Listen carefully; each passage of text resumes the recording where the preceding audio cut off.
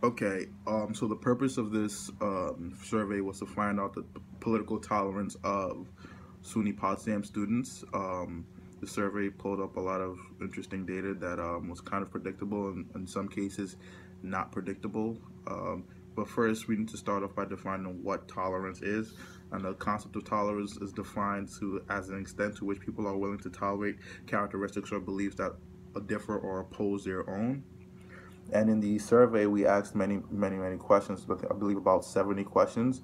But the two questions I chose to focus on were the questions that I asked, and they go as the following.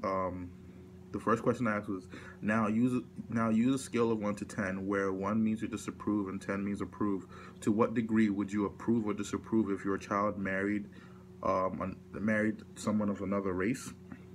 And I hypothesized that SUNY Potsdam students would be intolerant to such an idea because I believe that the notion of making the, the questions personal, you really get to see people's real colors. But I was wrong on that actually.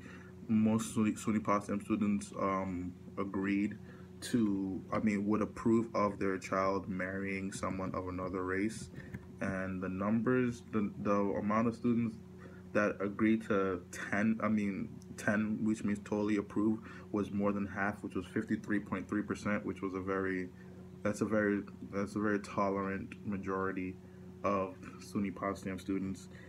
But secondly, the question I thought was gonna bring out a true intolerant answer was the one that actually did, and the question goes as follows: suppose the United States allowed 1 million Syrian refugees to settle in the U.S. and 25,000 of them were placed near you. On a scale of 1 to 10, where 1 means disapprove, 10 means approve, to what extent would you approve? And I hypothesized that most SUNY Potsdam students would be intolerant to such a concept, and I classified the intolerant answers from people who answered from 1 to 5 and the people who answered from 6 to 10.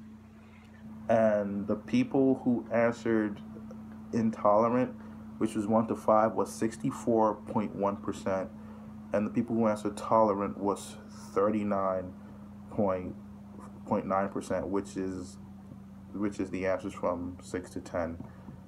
And my hypothesis was right and wrong at the same time. But in conclusion, I came up with the conclusion that students are much more tolerant to an iconic figure that doesn't directly affect them as opposed to something that's right in their backyards.